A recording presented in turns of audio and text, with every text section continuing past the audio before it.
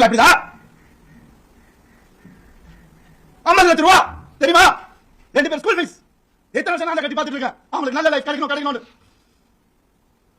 குழந்தைங்க பத்தி, என் பாசத்தை பத்தி பேசாதீங்க. உங்க யாருக்கும் எதுவுமே தெரியாது.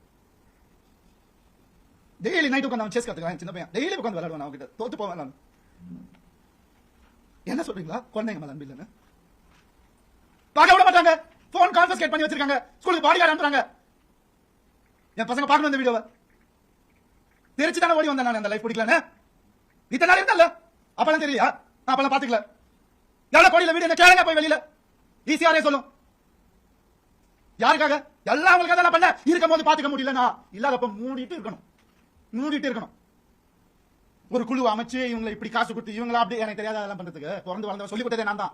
ஏன் தெரியுமா? நான் திரும்பி வந்த 6 மாசம் நான் காணாம போயிருந்தேன்.